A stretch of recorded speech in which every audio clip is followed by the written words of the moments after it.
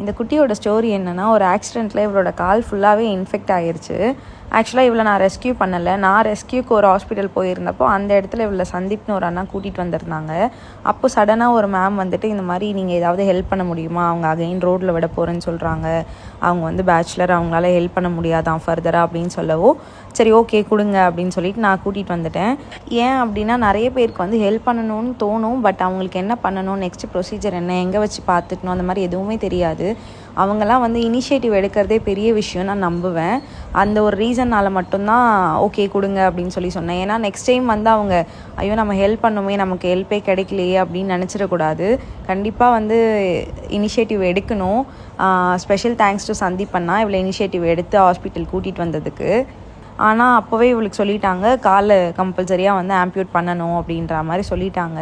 So ஒரு மேமோட ஹெல்ப்போட ஒரு private ஹாஸ்பிட்டலில் அட்மிட் பண்ணிவிட்டு அங்கே ஆம்பியூட்டேஷன் பண்ணி நேற்று தான் டிஸ்சார்ஜ் பண்ணி கூட்டிகிட்டு வந்திருந்தேன்.